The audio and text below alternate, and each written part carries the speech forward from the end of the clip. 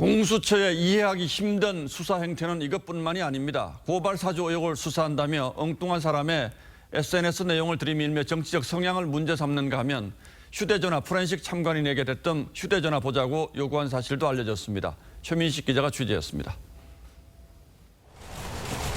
공수처는 최근 고발 사주 의혹을 받는 손준성 검사와 대검에서 함께 근무한 A 수사관을 불러 SNS 내용을 조사한 것으로 전해졌습니다.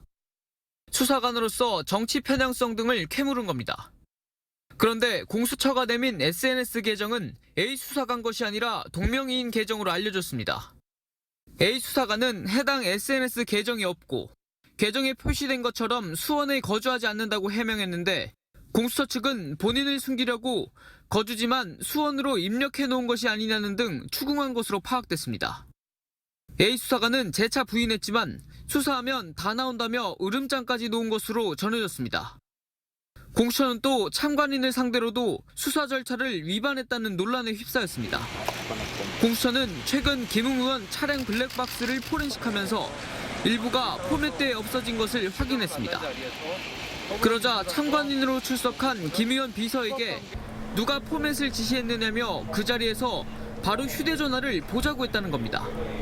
제가 참고인도 아니고 참관인으로 간 거잖아요. 그렇게 사실 물어볼지는 상상도 못하고 있었죠.